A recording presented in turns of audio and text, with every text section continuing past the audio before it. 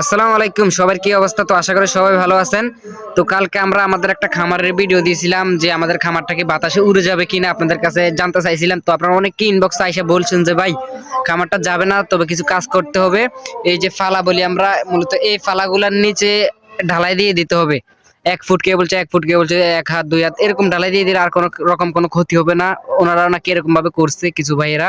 তো খামার নাকি ঠিকই আছে, তো সেই কারণে আজকে আমি চিন্তা ভাবনা করছি আপনাদের কথা মতন নিচে ঢালাই দিয়ে দেব।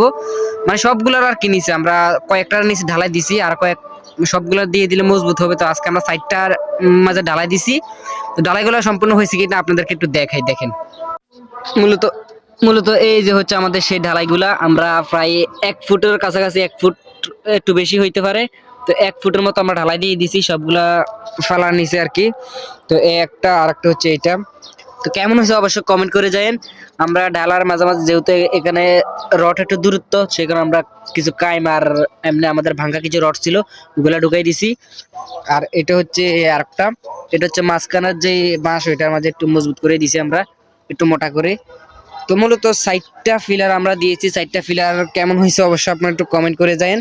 আর এই যে হচ্ছে আমাদের ঘর, ইনশাল্লাহ কয়েকদিনের ভিতরে টিন অথবা আমরা তেরফাল লাগাবো।